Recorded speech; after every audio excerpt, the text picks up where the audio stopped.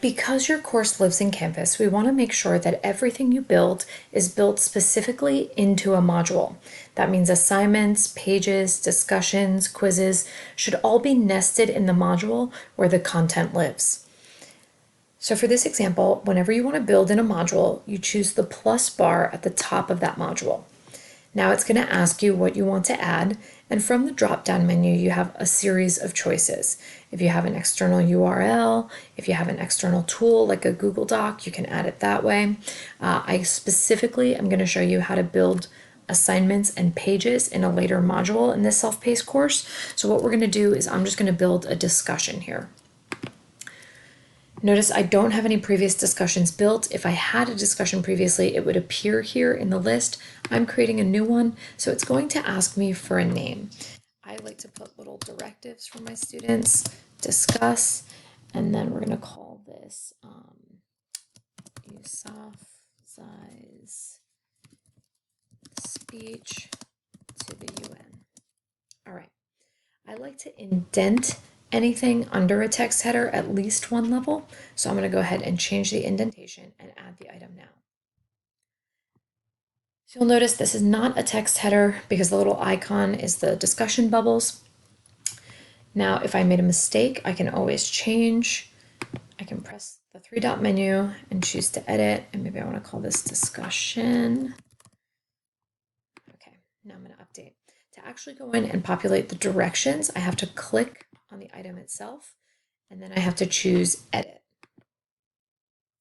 Whenever you do something, whether it's building a page or an assignment, you shouldn't just have like a file attachment here or a link to offsite. You always want to provide some kind of context for your students. So I'm going to put my directions in.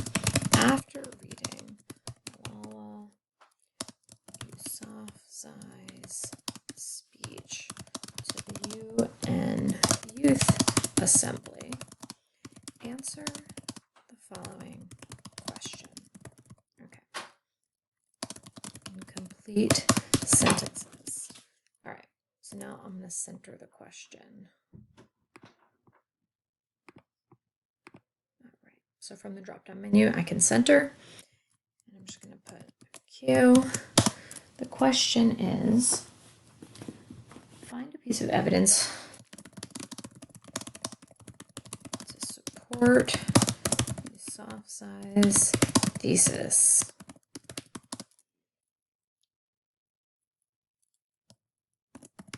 What makes this piece of evidence seem convincing and of high quality? All right, so there's my question, and maybe I'm just going to go back and choose my three dots. I'm going to go back and choose that left alignment again and provide a little further scaffolding for student responses. Your response should quote directly from the speech and be a minimum of 5 sentences in length. Be sure to run your response through Grammarly before posting. I'm actually going to call this posting directions. Okay, because my students have to do a posting and they also have to do a reply. So I'm going to add my reply directions, bolding the font. When you reply, remember to use your ABCs. And I want to put that in purple because that's my way of making it stand out. Except I didn't change it. Highlight the font, and then I'm going to select purple. Okay, period. Acknowledge an idea from the posting. Build on your classmates' ideas and close with a question to keep the conversation going. All right, and maybe I'm going to go in my directions and I'm just going to choose to bold the A and make it purple, bold the B, make it purple, and bold the C and make it purple. So So that way it stands out to my students and they know that they have to hit all 3 of those elements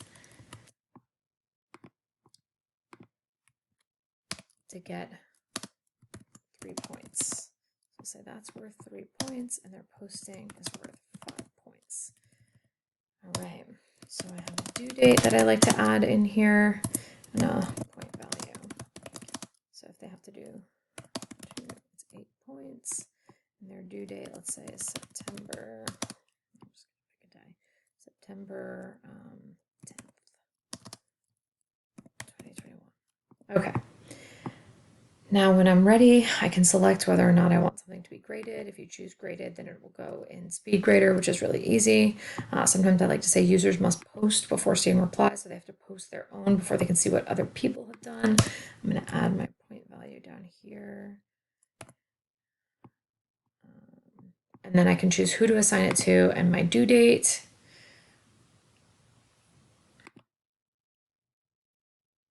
September 10th is a Friday. Perfect. Okay. And then from there, I'm just going to click save and publish. For now, I'm just going to save because I don't want my students to be able to see it. And if I go back to my module to check,